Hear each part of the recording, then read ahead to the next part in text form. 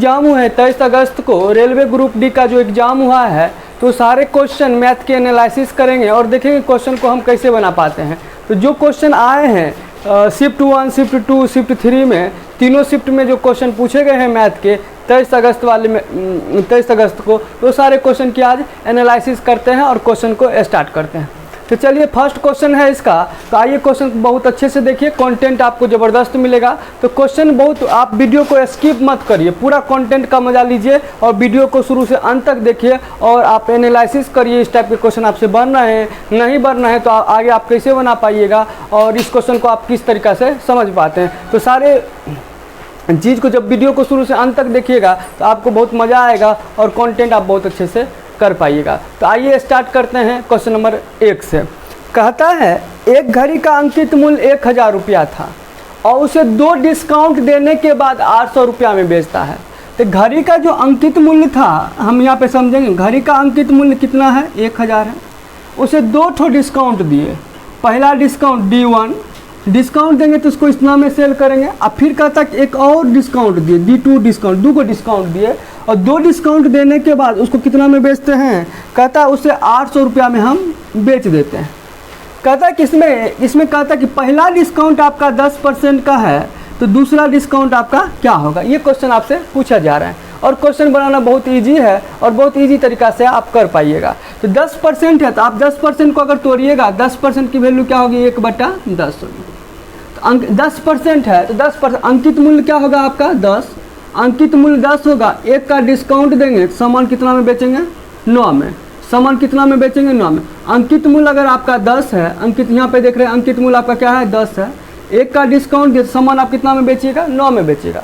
हम कहते हैं 10 यूनिट की वैल्यू 1000 है, 10 यूनिट की वैल्यू 1000 है, तो 1 यूनिट की वैल्यू क्या होगी, तो 10,000 में 10 से भागा दे दीजिए, सॉरी 1000 में 10 से भागा दीजिए, 1 यूनिट की वैल्यू क्या होगी, 100 होगी। 1 यूनिट की वैल्यू कितनी होगी, 100 होगी। तो कहता है 9 यूनिट की वैल्यू क्या होगी, तो 9 यूनिट की वैल्यू आपकी क्या हो जाएगी, 900 हो जाएगी। 900 वाला सामान आप 800 रुपया में बेच रहे हैं, 900 वाला सामान आप 800 रुपया में बेचते हैं तो आप कितना का डिस्काउंट दे रहे हैं, 100 का डिस्काउंट दे रहे हैं। किस पर देंगे, अंकित मूल्य आपका 900 हो जाएगा, 900 पे गुना क्या कर लें 100, आपका क्या हो जाएगा, 0 से 0 कैंसिल हो जाएगा और 100/9 क्या हो जाएगा, 11 सही 1/9%। आपके ये आंसर आ गए। आप क्वेश्चन को बहुत ईजिली कर पाइएगा।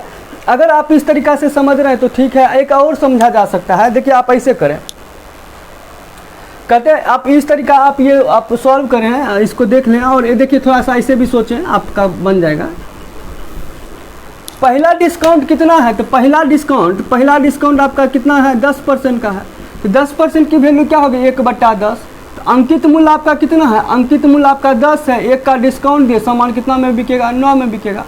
तो हम बोलते हैं अंकित मूल्य 10 है, मगर क्वेश्चन में दे रखा है 1000, क्वेश्चन में क्या दे रखा है, 1000 दे रखा है। तो 1 यूनिट की वैल्यू क्या होगी, तो 1000/10 कर देते हैं। तो क्या होगा, 1 यूनिट की वैल्यू क्या होगी आपकी, 100 होगी। तो सामान आप कितना में सेल कर रहे हैं, सामान आपने कितना में सेल किया है, 1 यूनिट की वैल्यू 100, तो 9 यूनिट की वैल्यू आपका 900 हो गया। तो यानी क्या, 900 वाला सामान आप दूसरा डिस्काउंट दे रहे हैं, उसको कितना में बेच रहे हैं, 800 में। कितना का छूट दे रहे हैं, 100 का छूट दे रहे हैं, किस पर, 900 पर। अगुण ने क्या कर लें, 100, 1/9, 11.9%। आपका आंसर आ जाएंगे। तो आइए क्वेश्चन नंबर दूसरा समझते हैं और देखेंगे क्वेश्चन नंबर दूसरा कैसे बना पाते हैं। तो आइए क्वेश्चन नंबर सेकंड समझते हैं।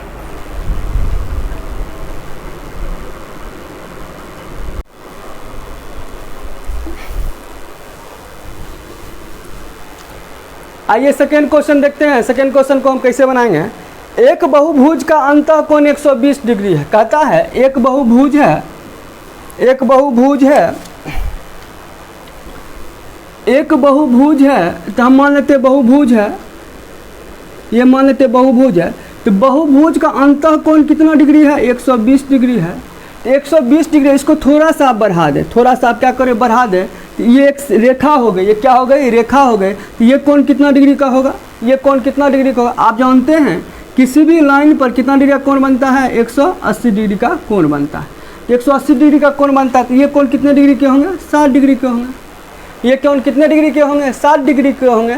और बहुभुज के भुजाओं की संख्या निकालने के लिए, बहुभुज के भुजाओं की संख्या निकालने के लिए, तो बहुभुज के बाहरी कोणों का योग, बहुभुज के बाहरी कोणों का योग, तो बाहरी कोणों का योग क्या होगा 360 डिग्री। आप याद कर लीजिए इसको, कोई भी बहुभुज हो उसके बाहरी कोणों का योग 360 डिग्री होता है। अब बटा एक बाह्य कोण, एक बाह्य कोण कितना डिग्री है 60 डिग्री है, तो इसमें भाग दे दीजिए कितना हो जाएगा 6, यानी भुजाओं की संख्या क्या आ जाएगी 6 आ जाएगी। भुजाओं की संख्या कितनी आ जाएगी 6। तो आप ये क्लियर कर सकते हैं, बहुत इजी सवाल है और बहुभुज पॉलिनोमियल से सवाल है, तो आप इस क्वेश्चन को आसानी से कर पाइएगा।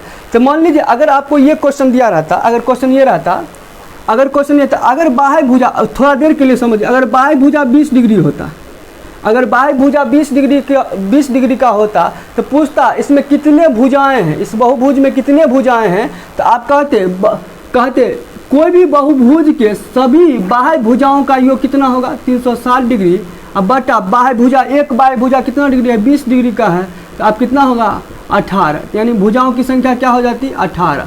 यहाँ पे भुजाओं की संख्या कितनी हो जाती है 18। तो आप इस क्वेश्चन को बहुत आसानी से कर पाइएगा। आइए नेक्स्ट क्वेश्चन समझते हैं और नेक्स्ट क्वेश्चन को कैसे बनाएंगे। तो आइए नेक्स्ट क्वेश्चन,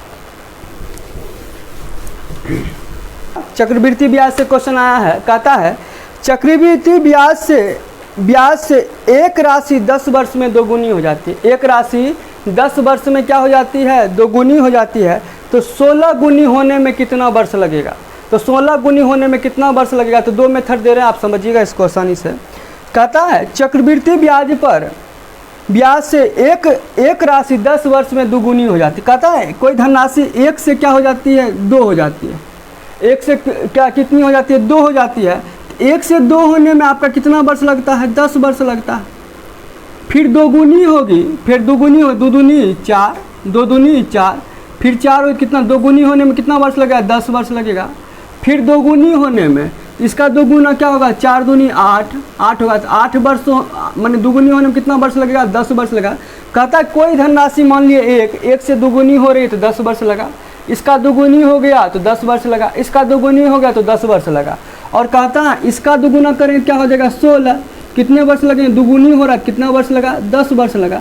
कहता है कोई धनराशि अपने का 16 गुना होने में, अपने का कितना गुना होने में 16 गुना होने में कितना वर्ष लगेगा, 10, 20, 30 और 40, यानी कुल कितने वर्ष लगेंगे 40 वर्ष लगेंगे। आप इस तरीका को समझ सकते हैं बहुत आसानी से। तो इसको दूसरे तरीका से सॉल्व करते हैं, आप समझिए दूसरे तरीका से। आइए दूसरे तरीका से समझ लेते हैं, इसको मिटा रहे हैं। आइए दूसरा तरीका क्या हो सकता है वो समझते हैं। अच्छा 2 पे पावर 1 लिख रहे हैं, तो जो 1 है ना जी 2 पे पावर 1 और 2 पे पावर 1 लिखते हैं तो दोगुनी होने में, तो 2 पे पावर 1 लिखेंगे तब ना दोगुनी होगा। 2 पे पावर जब 1 लिखते हैं तो दोगुनी होगा। जो 1 है ना 1, तो 1 जब है तो 1 है 10 वर्ष, पावर को मान लीजिए वर्ष में, तो 1 है दोगुनी होने में हम कहते हैं 1 वर्ष लग रहा है, 1 यूनिट लग रहा है, मतलब लग रहा है 10 वर्ष। तो 16 गुनी होने में, तो 2 पे पावर कितना रखेगा 16 हो जाएगा 4, तो 4 रखे, तो कहता है 2 पे पावर 4 रखे तब ना 16 होगा। 1 यूनिट की वैल्यू 10 वर्ष, 4 यूनिट की वैल्यू 40 वर्ष। आपका आंसर यहाँ पे 40 वर्ष आ गया। आप ऐसे भी क्वेश्चन को आसानी से कर पाइएगा। अगर आप ऐसे नहीं समझ पाते हैं तो आप ऐसे समझें। कहता है चक्रवृद्धि एक राशि 10 वर्ष में दोगुनी हो जाती है। दोगुनी होने में कितने वर्ष लगेंगे 10 वर्ष, 10 वर्ष लगते हैं। इसको कितना गुना होना है 16 गुना होना है। तो 16 गुना होना है तो 2 पे पावर कितना रखेंगे 4, 2 पे पावर क्या रखेंगे 4। यहाँ पे 16 होना है तो 2 पे पावर 4 रखे तब ना 16 हुआ। इधर पावर रखते हैं, इधर गुना करते हैं। इधर कितना से, यहाँ पे पावर 1 था, यहाँ पे पावर 4 आ रहा है, तो 4 गुना कर रहे थे, यहाँ भी 4 से गुना करें तो कितना हो जाएगा 40 वर्ष लगेगा। आपका कितना वर्ष लगेगा, इधर वर्ष में गुना करेंगे, आप पावर में क्या करेंगे, पावर में पावर चढ़ाएंगे।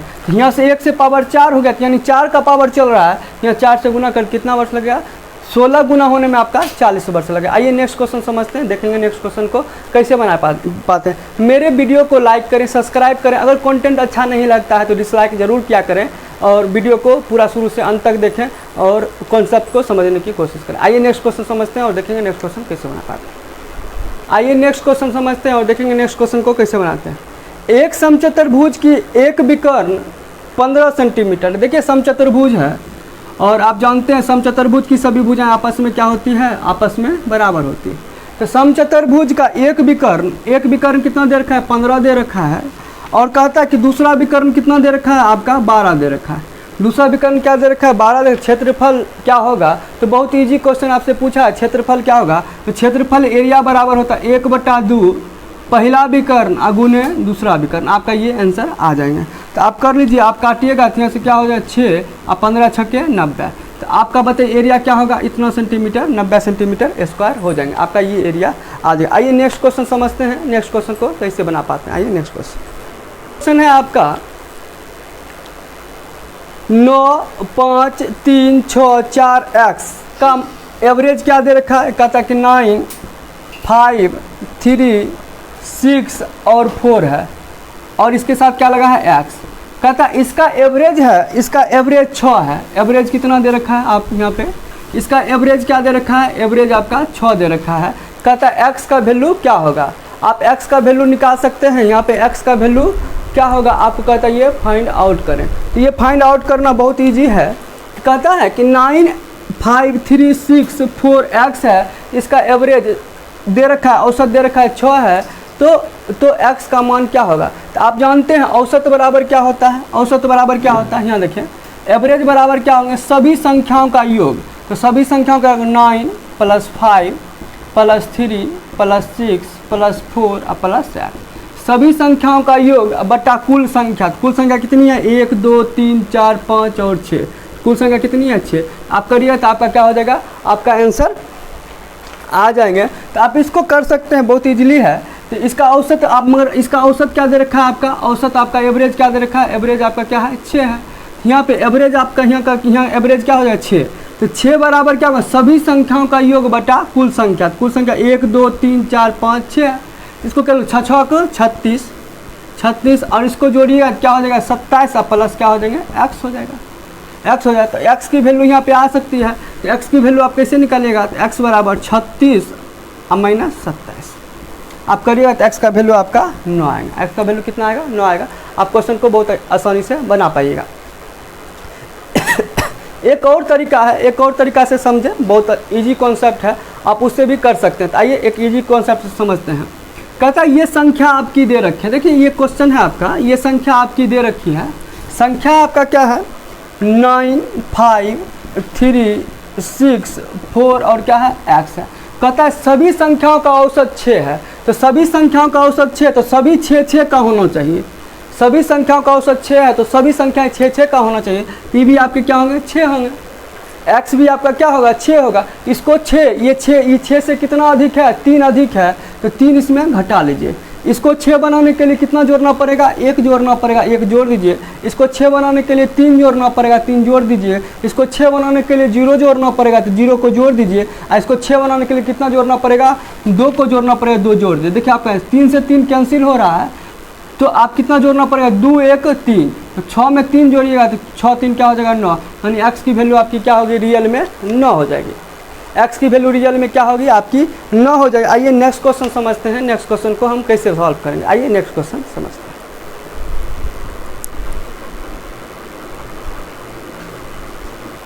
हैं। 20% और 15% की उत्तरोत्तर छूट देने के बाद वस्तु का विक्रय मूल्य 3060 रुपया हो जाता है, तो अंकित मूल्य ज्ञात करें। कहता है अंकित, आपको कितना % का डिस्काउंट दे रहे हैं, एक 20% का डिस्काउंट दे रहे हैं, तो 20% की वैल्यू क्या होगी 1/5।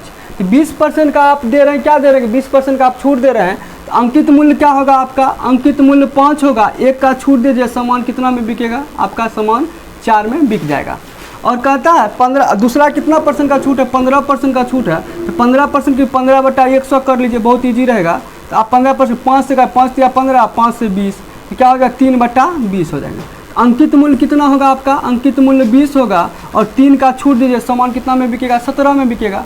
आप इस क्वेश्चन को कर सकते हैं बहुत ईजी। अगर ये 4 से करता है 4 से काट दीजिए, इधर से इधर वाला डाटा करता है, इधर से इधर वाला, ऊपर नीचे नहीं कटेगा, ऊपर इधर से इधर वाला डाटा कटेगा। तो 4 × 5 = 20, 5 यानी 5 × 25, 25 से कितना हो गया 17।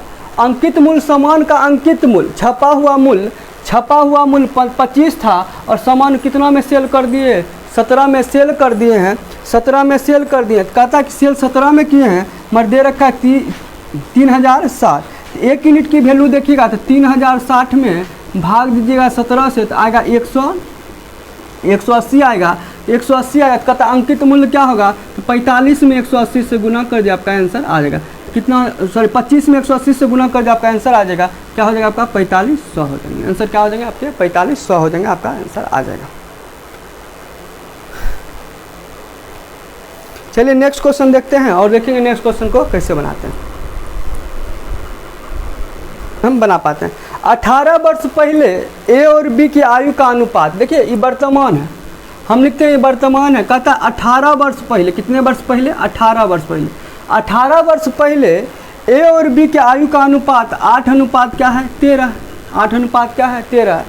18 वर्ष पहले ए और बी का अनुपात 8 अनुपात 13 है।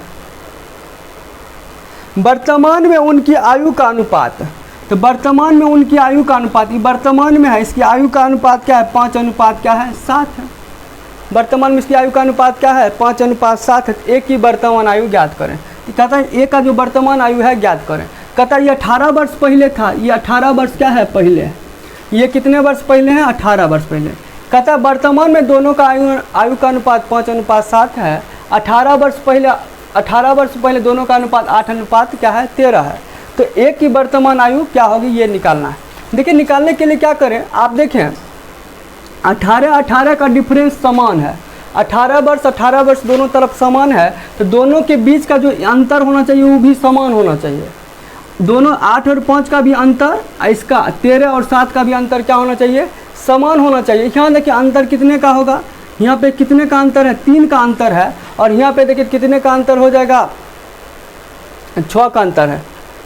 यहाँ पे कितने का अंतर है 6 का अंतर है, यहाँ का अंतर कितना है 3 है, तो 3 इधर इसके बीच का अंतर 3 है, इसके बीच का अंतर क्या है 6 है। तो 6 का अंतर भी आपका क्या होना चाहिए था समान होना चाहिए था, क्योंकि आपका रियल डाटा क्या है आपका समान है। तो अंतर बराबर करने के लिए नीचे वाले अंतर को ऊपर गुना कर दें, तो 7 और 5 का अंतर कितना है 2 को आप ऊपर गुना कर दें, और 8 और 13 का अंतर क्या हो जाएगा 8 और 13 का अंतर क्या होंगे 5 होंगे, तो 5 को आप नीचे गुना कर दें। देखें जब अंतर को बराबर करना है, दोनों के बीच के डिफरेंस को बराबर करना है, तो नीचे वाला का अंतर 5 और 7 का अंतर 2 को ऊपर गुना कर दें, और 13 8 का अंतर आएगा 5 को नीचे गुना करें, तो दोनों के बीच का डिस्टेंस, दोनों के बीच का डिफरेंस समान हो जाएगा। देखिए क्या है 25 है, तो 16 25 का अंतर क्या है 9 है, और यहाँ भी देखिएगा तो 26 और 7 5 35 का अंतर कितना आएगा 9 आएगा, तो 9 यूनिट की वैल्यू 18 है, 1 यूनिट की वैल्यू क्या होगी 2 होगी, तो 1 यूनिट की वैल्यू 2 हो गई, ये आपका क्या है 16 है। तो 16 18 वर्ष पहले ये कितने का होगा, तो ये कितने का होगा 16 गुने 2 यानी 16 दूनी 32 का होगा, और वर्तमान में आना है ये 18 वर्ष पहले ये 32 का है, अब वर्तमान में आना है तो 18 वर्ष जोड़ना पड़े तब नहीं यहाँ का वैल्यू निकलेगा, तो जोड़ दीजिए 18 का, तो इसमें आपका आंसर आ जाएगा। तो क्या हो जाएगा आपका 50 हो जाएंगे।